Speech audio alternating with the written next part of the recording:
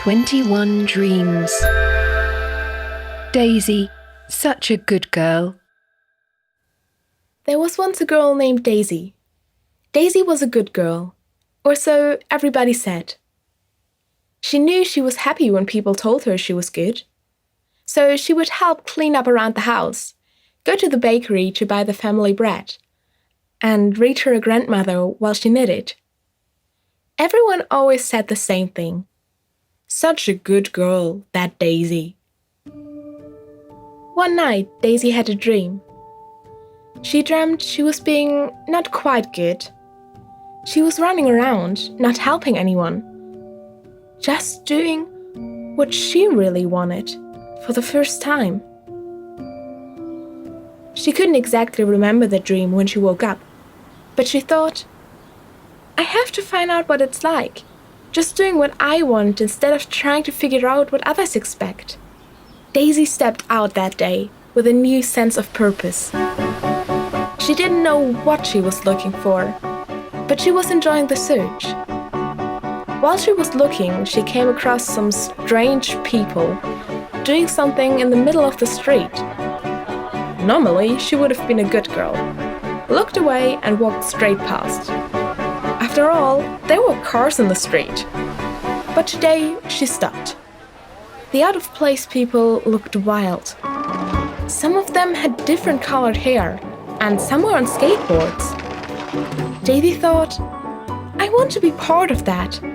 Nearby was the bakery, and because she always went to fetch the bread, Daisy was good friends with the baker. She asked him, What's going on outside?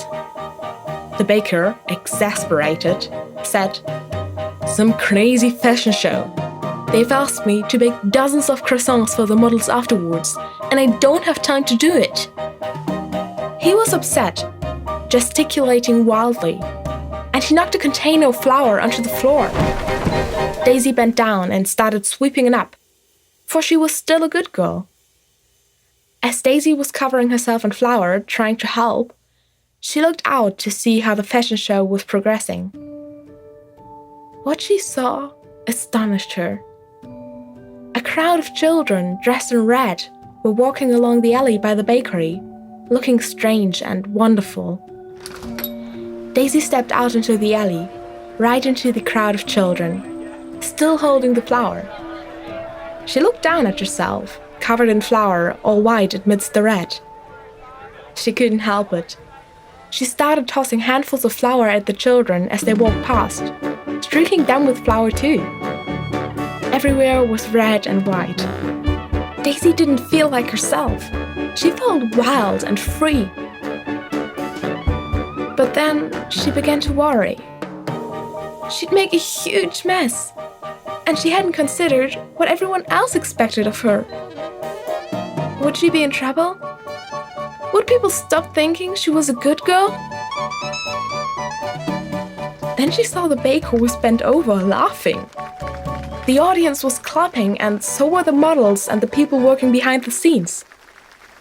Everyone delighted by the element of the unexpected that Daisy had added to the show.